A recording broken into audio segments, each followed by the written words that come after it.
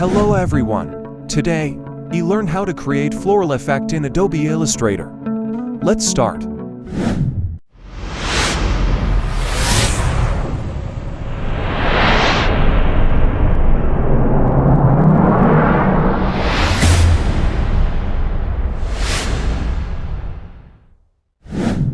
First, select Star Shape from Toolbar. Right-click on Page and set like this.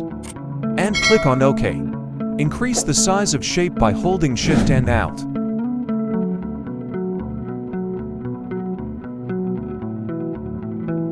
Change the color of shape and add this gradient colors. Copy the shape and paste on it. Decrease the size of top shape. Select Blend tool from Toolbar. First click on top shape and then click on bottom shape. Now go to Object and then Blend and select Blend options. Do setting like this. And click on OK. Now go to Effect and then Distort and Transform and select Tweak. Do setting like this. And click on OK. Floral effect is ready. Here we can also change the color.